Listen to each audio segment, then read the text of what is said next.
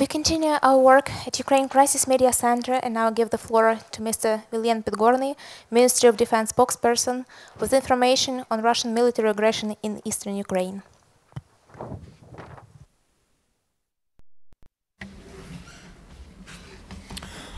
Thank you. Good afternoon, ladies and gentlemen. We continue with our weekly press briefings on Russian military aggression in eastern Ukraine. Let me give you a short update on the events that took place between July 17th and 23rd.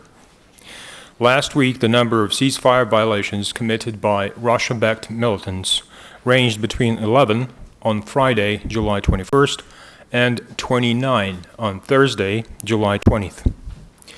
Now about each of the sectors separately. Luhansk sector.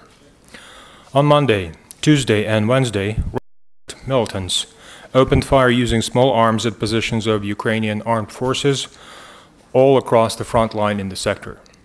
On Thursday and Friday, Russian proxies opened mortar fire at Krymske.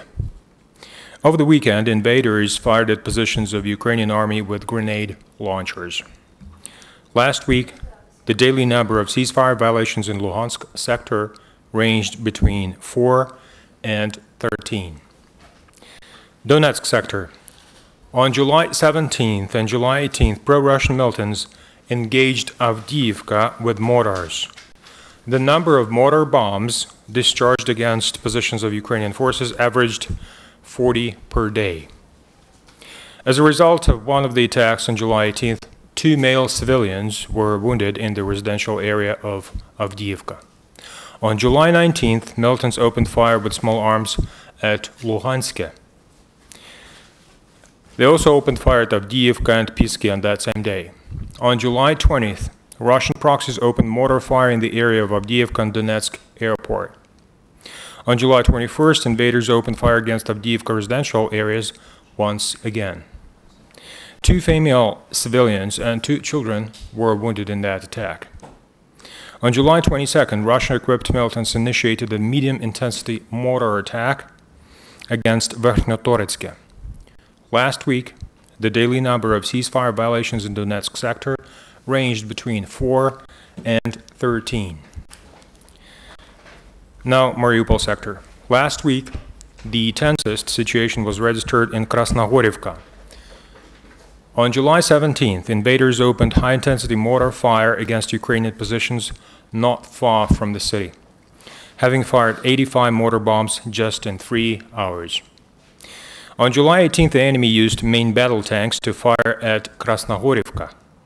On July 19th, positions of Ukrainian armed forces came under enemy mortar fire once again. On July 20th, at about 1:30 in the morning, Russia-equipped militants initiated a complex fire with mortars and artillery of various caliber against positions of Ukrainian military near Krasnogorivka. Later, at approximately 4 o'clock in the morning, 2 subversive groups of Russia-trained militants, 15 to 20 people, under the cover of enemy artillery, mortars, as well as 4 main battle tanks, advanced to the positions of Ukrainian armed forces. Ukrainian troops engaged the enemy and opened direct fire in response, which resulted in ceasing the attack and withdrawal of enemy troops in just a few hours. That day, one of the enemy shells hit a private home in the city. Chief Directorate of Intelligence of the Ministry of Defense of Ukraine reports that the day before, 2 enemy drones conducted active aerial surveillance near Krasnogorivka. On the weekend, enemy troops continued to fire mortars against Krasnogorivka and occasionally opened fire with grenade launchers at Mariinka and Pavlopil. Last week, the daily number of ceasefire violations ranged between 2 and 9 in the sector. Ukrainian military intelligence reports new facts that display the plans of Russia-backed militants to continue to escalate the situation in eastern Ukraine. Russian citizens, now from Nizhny Tagil, Sverdlovsk region, arrived in the temporarily occupied regions of eastern Ukraine in order to replenish the units of the so-called 3rd, 5th, and 100th brigades of Russian occupational forces. Russian proxies reinforced its forward near Bakhmut Road, in Spartak and Staromykhailivka, Donetsk suburbs, with main battle tanks. Also, militants of the so-called First Army Corps received modern Russian portable radar systems Sobolyatnik. Enemy continued to perform aerial surveillance over Ukrainian positions throughout last week. Ukrainian troops registered 5 episodes of enemy drones performing air reconnaissance along the front line. The military intelligence of Ukraine reports further military assistance coming from Russia to its proxies in eastern Ukraine. On July 17th, 5 railway cars with 150 tons of ammo arrived to Ilovaisk railway station.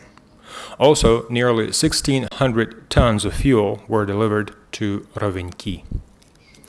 As per intelligence reports, the total number of casualties amongst Russian proxies amounts to 11 killed and 31 wounded last week.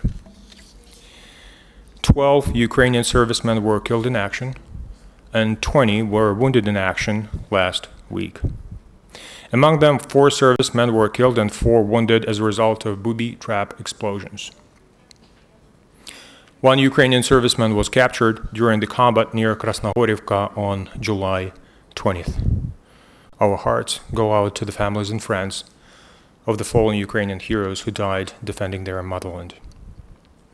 That'll be all for today. Thank you very much for your attention.